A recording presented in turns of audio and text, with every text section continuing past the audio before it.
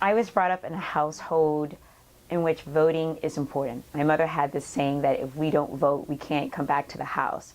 So growing up, I was always told about people who died so that I had the right to vote, people that got bitten by dogs, people that got beaten up, and just the whole lineage of African Americans, at least, getting the right to vote. So growing up with these stories, voting is something that's very passionate to me and for me, and understanding the importance of voting is something that I think everyone should know and everyone should understand. And so for me, voting, it's a right, it's a privilege, it's just like breathing. You have to do it because so many people have paved the way so that I can do this. So that's how I see voting, at least for me and for other African Americans and other people in general.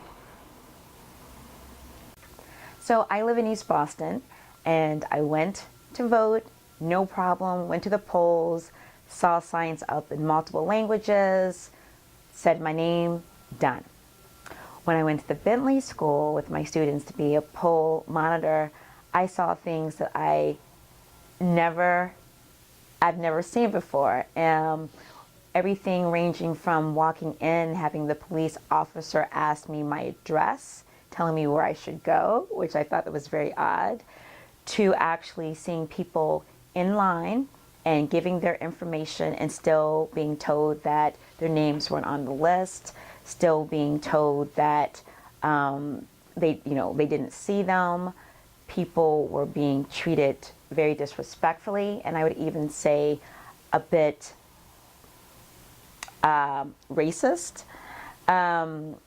It was amazing. I had never seen such a thing. Now, I'm a person who, again, has been voting since I was 18, someone who studies voting inequality, and just to witness the disparities that people had in regards to access to vote blew my mind.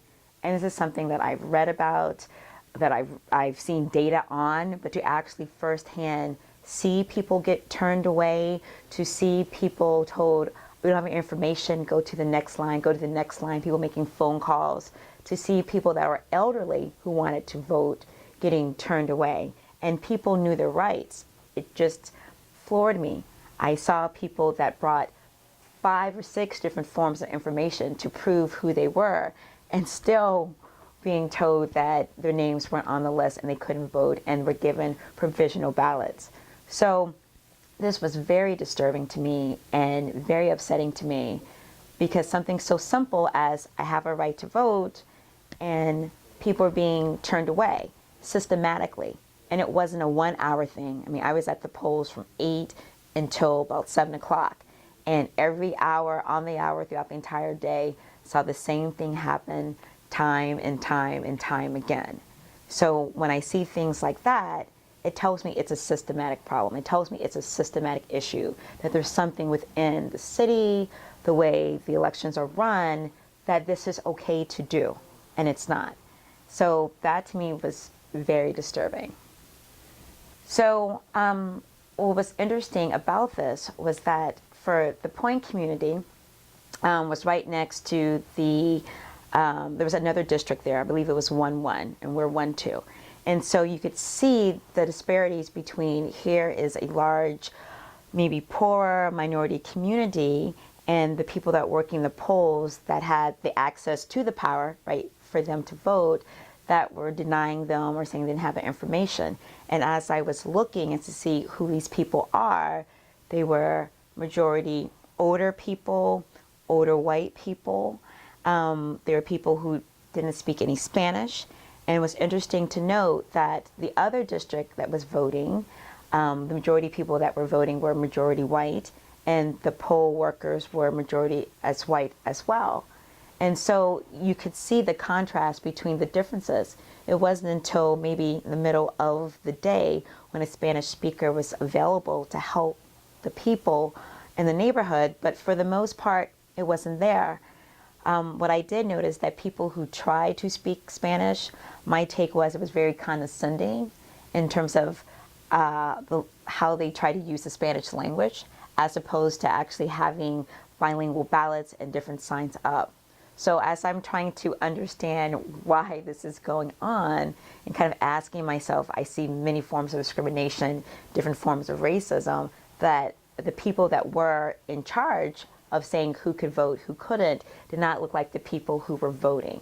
And so I have to kind of question that as to, could this be the reason why that we have this huge gap? Could this be the reason why people were turned away? Could there be cultural misunderstanding, not people being fully culturally competent? So, again, this went through my mind many times. And for someone who's from another state, Ohio, I've seen this in Ohio, I've lived in Virginia, and I see it here in Massachusetts. So it doesn't matter where you are, these issues are still going on. And so, again, I have to question, who are the people that are making these decisions? Who are the people in power? Who are the people that are saying that, yes, you can vote and no, you can't? Is it a slight bit of prejudice? Is it a slight bit of cultural misunderstanding? Is it a bit of racism? Or is it all of the above? These are the things we need to look at.